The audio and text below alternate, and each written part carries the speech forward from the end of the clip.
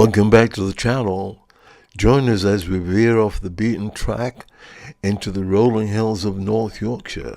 We're exploring the hidden villages surrounding Harrogate, from the mysterious medieval ruins of Spofforth to the quiet leafy lanes of Kirkby Overblow. Expect ancient churches, quirky local history, and some of the best pub views in the north. Here is the route.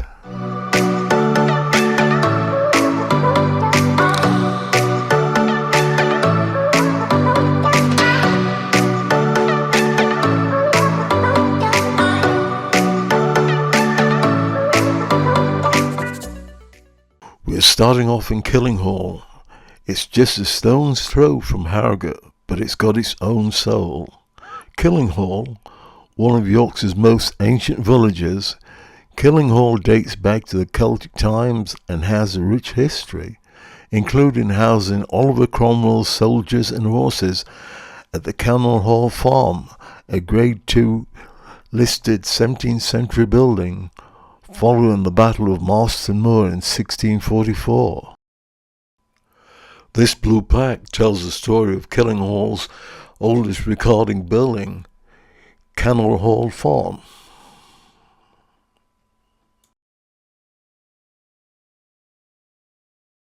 Fun fact, back in the day this was a major hub for stone quarrying. If you can see some particularly sturdy looking cottages, that's why.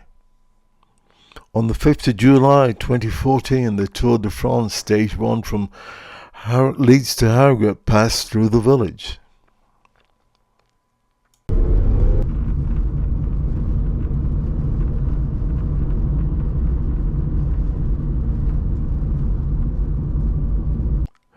Coming up on the left is St. Thomas the Apostle Church. This is a Church of England parish church serving the village community of Killinghall and the surrounding areas.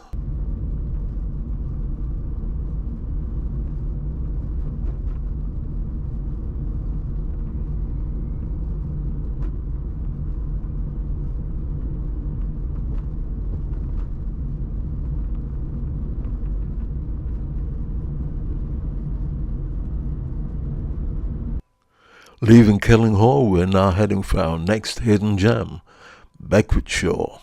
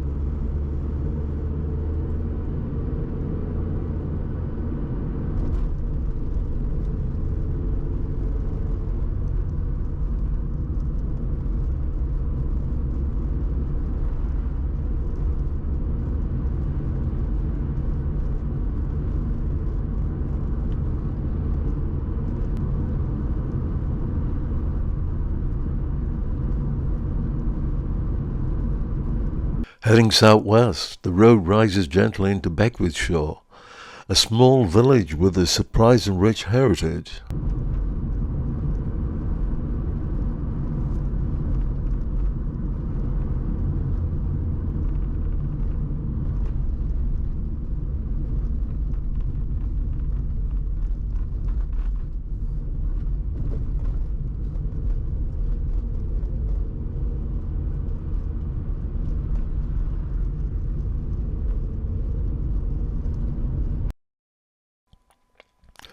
St Michael's and All Angels Church, built in 1886, was funded by Dr. and Mrs. Henry Williams of Moor Park Hall. Their generosity also supported the school, vicarage, and the village institute. The Smiths' Arms once served as the village smithy. In earlier times, the blacksmith was also the landlord, forging tools by day, serving ale by night. Just across the way, check out the old post office. It's a private house now, but it still has that classic look that reminds you that this was once a buzzing heart of the local community. Nearby stands the old chapel, originally a Wesleyan Methodist chapel built in 1845. Capable of seating nearly 100 worshippers, it served faithfully for over a century before becoming a private home. Faith and community life were deeply intertwined here in Beckwithshaw.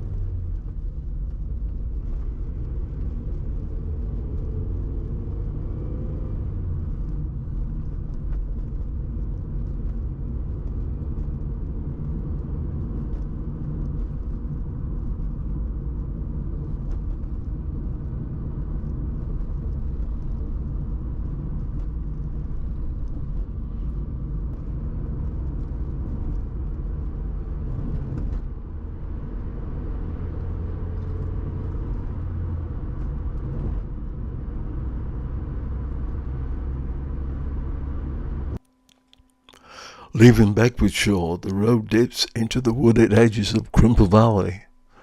Soon we're entering Burn Bridge, a small settlement with a distinctive charm.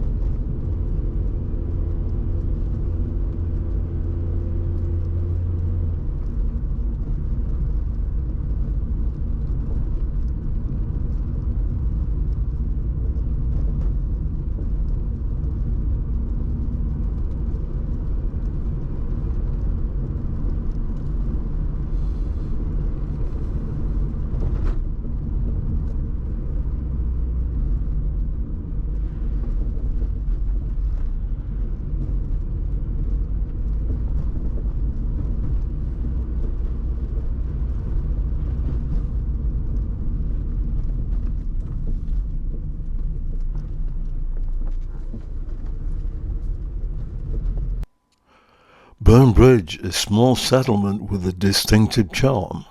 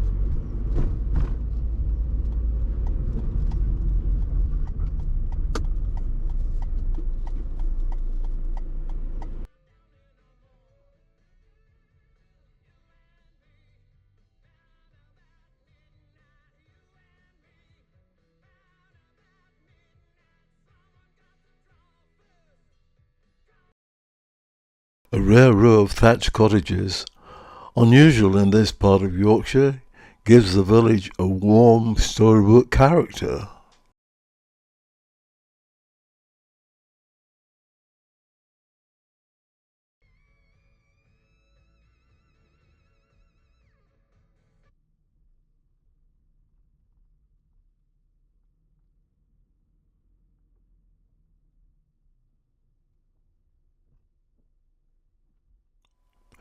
Back on the main road, we're now approaching the Black Swan on the right-hand side. Burnbridge also had its own local pub. Its local name is the Muck a Duck. At the time of visiting, it was closed.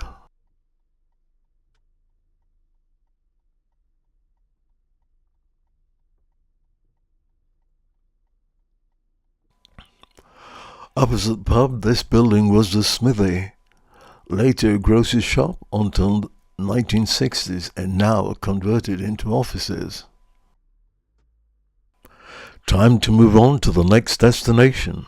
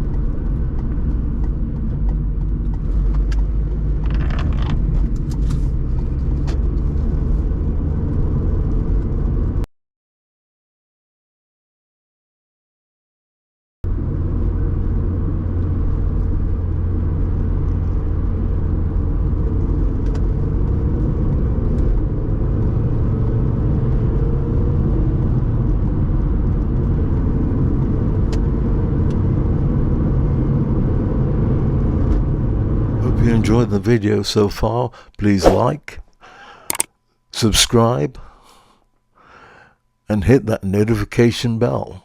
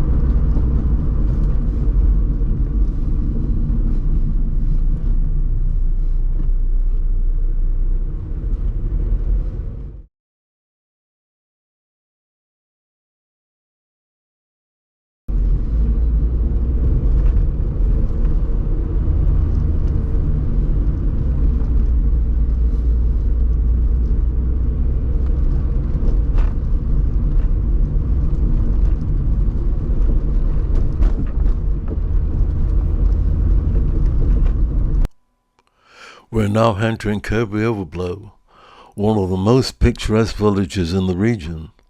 The name comes from the Old English Overblow, meaning a place where ore was smelted, a nod to its early industry. Kirkby derives from Old Norse, meaning church settlement, a reminder that Scandinavian settlers once shaped much of Yorkshire.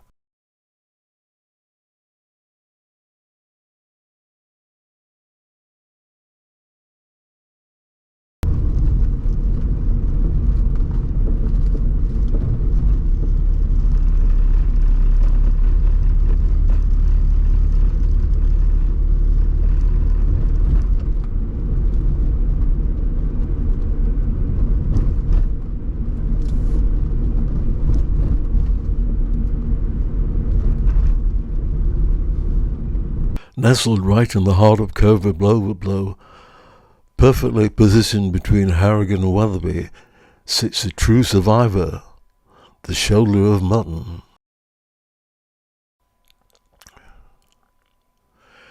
This classic Victorian gem dates back to 1880. While many rural pubs are disappearing, this inn has stood its ground for over a century.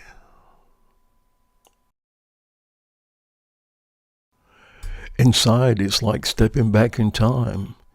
You've got the original oak beams, roaring open fires, and that unmistakable proper pub atmosphere. But it's more than just a place for a pint. To support the locals, they've even incorporated a shoulder shop right inside, keeping the community spirit alive. Fun fact, back in 1897, the pub was sold with its own brew house. Today, it remains a cornerstone of the North Yorkshire village life. The Star and Garter dates back to the 1800s as a coaching house and was a public house until 2018, when it was closed down.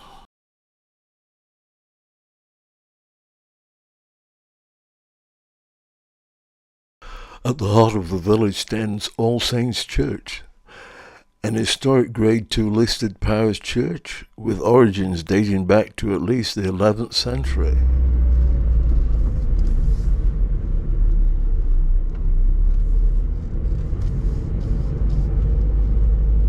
Leaving Kirkby Overblow, the drive continues to the next destination, Sicklinghall.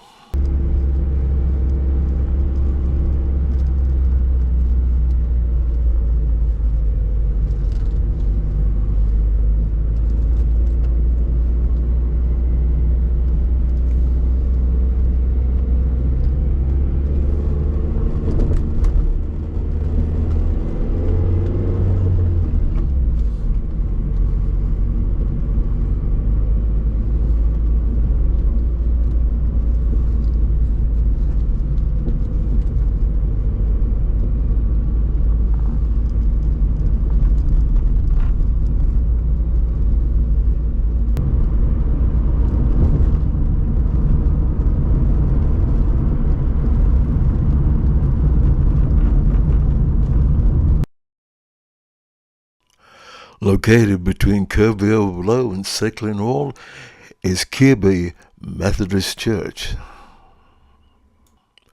The chapel has a long history, serving the rural community for over 2 centuries.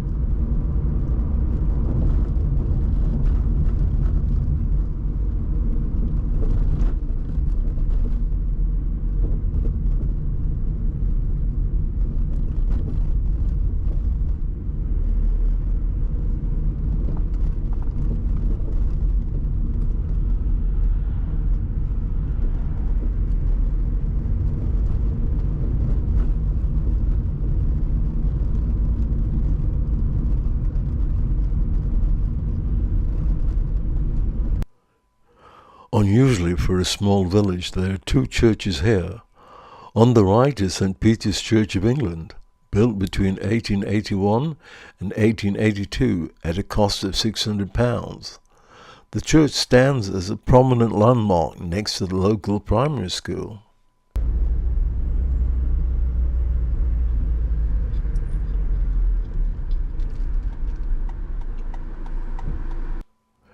Approaching the Scots Arms, an historic 17th century inn established around 1685 by the locally prominent Scotch family following a major village fire. Originally built to serve the village, it became a popular coaching stop on the route between Wetherby and Harrogate. The pub features traditional low beams, open fires, and serves as a community hub. Moving on to the other end of the village.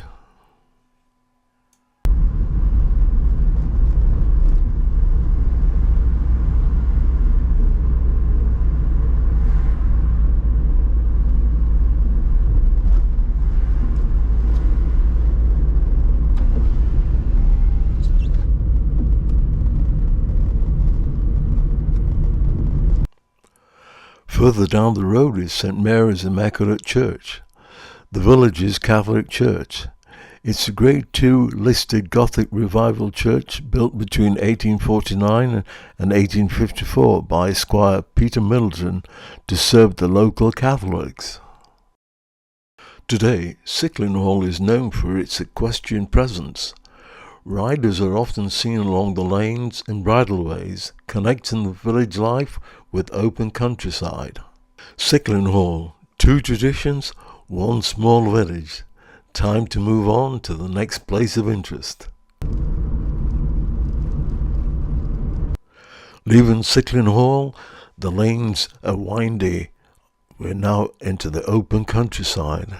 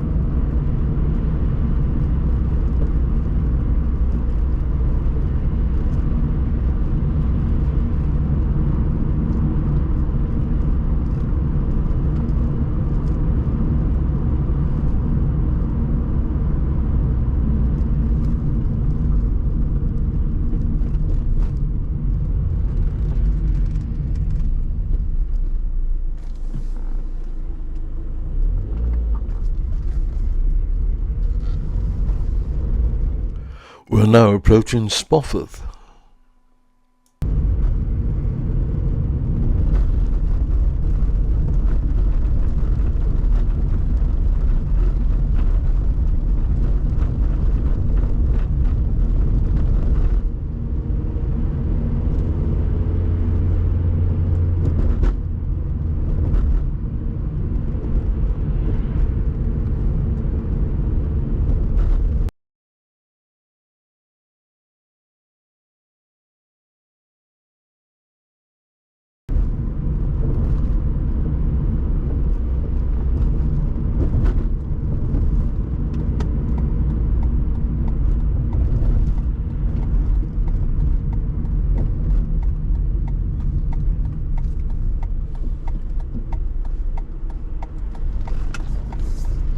The parish church of All Saints dates to the 12th century.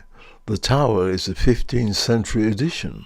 All Saints Church is part of the wider parish, continuing that long continuity of faith.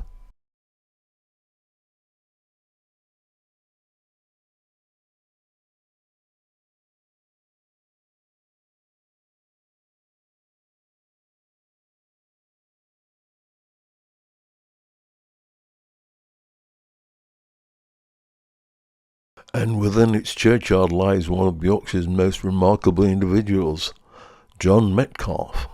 Blind from childhood, Metcalfe went on to construct around 180 miles of turnpike roads across northern England in the 18th century. A man without sight, shaping the very roads we still travel today.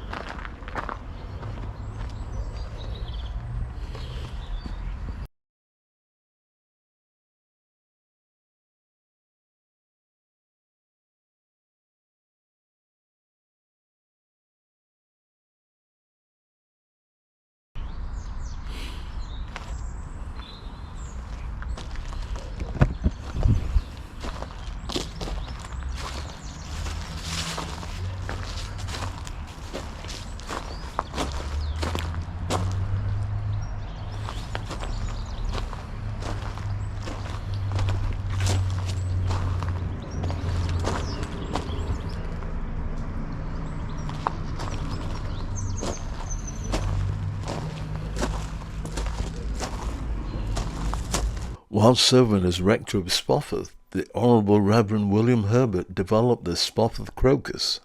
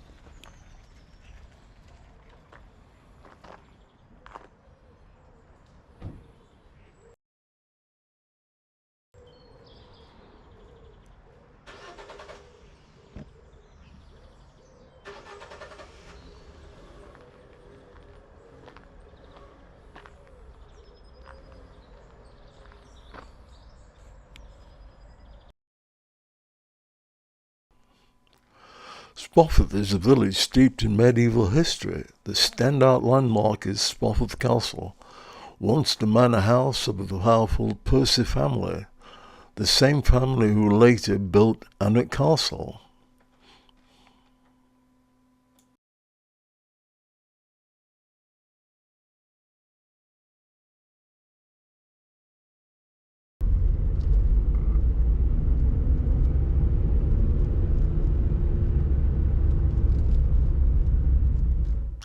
On the right is the next place of interest, Spofforth Castle. First built in the 12th century and later associated with the powerful Percy family, the castle once commanded influence across vast areas of the north of England. Spofforth Castle is also linked to the Magna Carta. It's believed that earlier discussions about the charter took place under Archbishop Walter de Grey.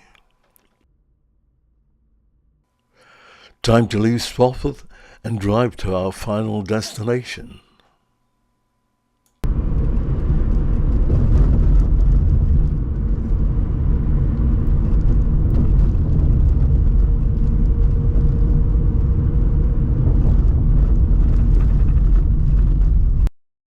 Our journey concludes in Follifoot. The name Follifoot is thought to derive from the Old Norse, translating roughly to place of the horse fight.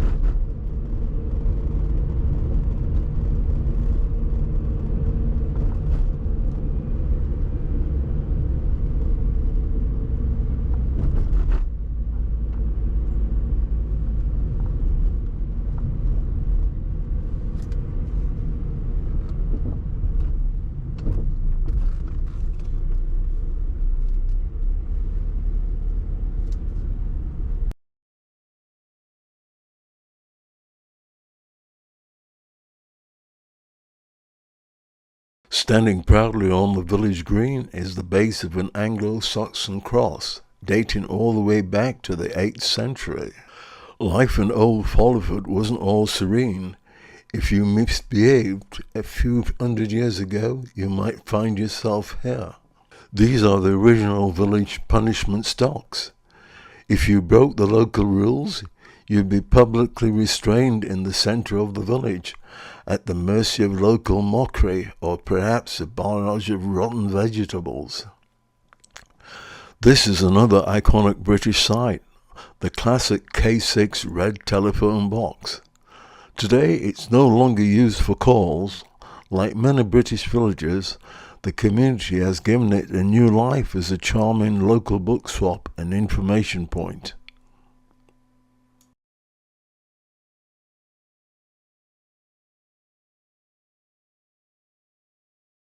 Despite its historic look, Follifoot is very much a living, breathing village.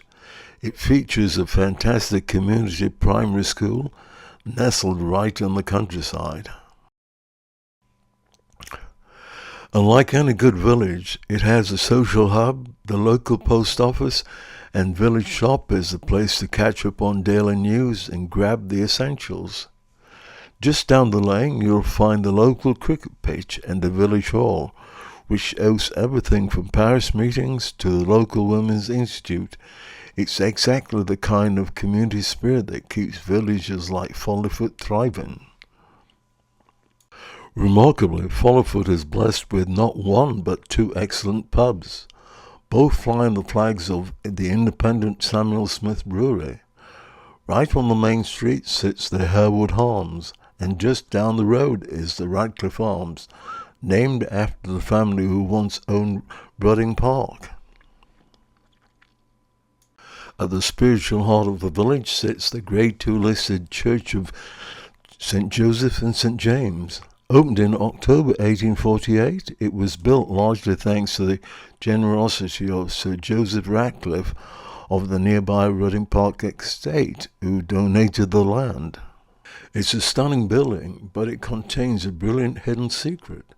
If you look closely at the oak choir stalls and the pulpit, you'll see the work of the famous Yorkshire wood carver Robert Thompson, affectionately known as the Mouseman.